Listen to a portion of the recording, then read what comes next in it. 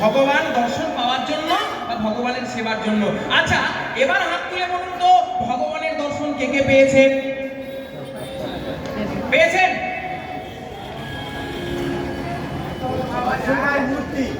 ভগবানের মূর্তি দেখতে পেয়েছেন, কিন্তু ভগবানকে দর্শন কেউ করেন। কে বললো পাওয়া যায়? আজও সে বৃন্দাবনে বাঁশি বাজে রে, আজও বৃন্দাবনে ভগবান আছেন। হরি বল, হরি বল।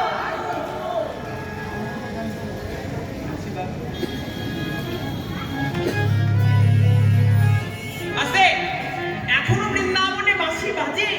তাহলে ভগবান নেই কে বললেন?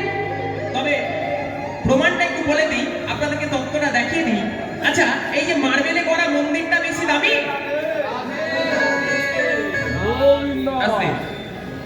মার্বেলে গড়া মন্দিরটা বেশি দামি না হৃদয়ে গড়া মন্দিরটা বেশি দামি? বলবেন, হাত দিয়ে বলবেন। মার্বেলের মন্দির দামি না হৃদয়ের মন্দির দামি? সত্য বলছেন? প্রমাণ করে নেবে কিন্তু। আমি ছোট ছেলে হতে পারি, ধানি লঙ্কা কিন্তু। দেখুন, এই হৃদয়ে রাত্রি লাগলো যখন, বাবাজি মহারাজ দেখলাম করলো কি, একটা আরতির থালা সাজিয়ে নিয়ে ধূপ দিয়ে নিয়ে জয় জয় গোরা চাঁদের আরতি কো শোভা আরতি করছিলেন। আমি দেখলাম।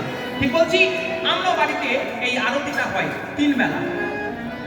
5 বেলা ভগবানের ভোগ সেবা লাগে আর 3 বেলা আরতি হয়, আমি দেখেছি। তো যাই হোক, ভগবানের মন্দিরে সন্ধ্যা লাগলে আরতি হয়, তাহলে এই মন্দিরে সন্ধ্যা লাগলে কি করেন? আরতি করেন তো? আপনারা বলেছেন এই মন্দিরটা সবথেকে বড় মন্দির, তাহলে এই মন্দিরে কি করেন বলুন? আমি প্রমাণ করে দেব। রাত্রি লাগলে ওই মন্দিরে আছে ধূপ আর দীপ জ্বলে, এই মন্দিরেও ধূপ দীপ জ্বলে। তবে কেমন করে? বান্ডিলের বান্ডিল বিড়ি পুড়িয়ে ধূপ আর দীপ জ্বালান।